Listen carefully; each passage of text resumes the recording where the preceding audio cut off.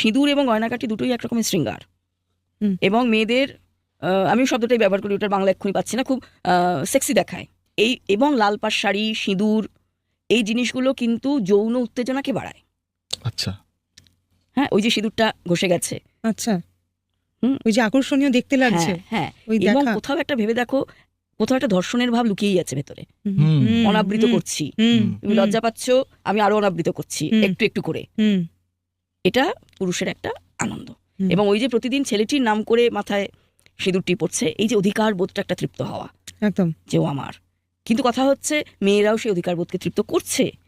হ্যাঁ, মেয়েদেরকে তো বুঝতে হবে যে আমি কিরকম ভালোবাসার মানুষ চাই, যে এমনিতে আমার হাতটা শক্ত করে যে কোনো সময় ধরে থাকবে এরম একজন, না যে শুধু আমাকে এমন একটা দৃষ্টিতে দেখবে যে তুমি আমার অধিকারে আছো, বাইরে পা বাড়ালে বিপদ, যতক্ষণ আমার এখতিয়ারে আছো আমি তোমার ভালো চাইবো। আমি ভালো ছেলেদের কথাই বলছি, খারাপদের কথাতে যাচ্ছিই না। কিন্তু বহু ভালো কোট আনকোট ভালো ছেলে এটা মনে করে এটা তার অধিকারের মধ্যে পড়ে, যে তার স্ত্রী যতক্ষণ তার হয়ে আছে ততক্ষণ এবং তার পছন্দ মতো কাজ করছে ততক্ষণ সে স্ত্রীকে ভালোবাসবে, তার বাইরে গেলে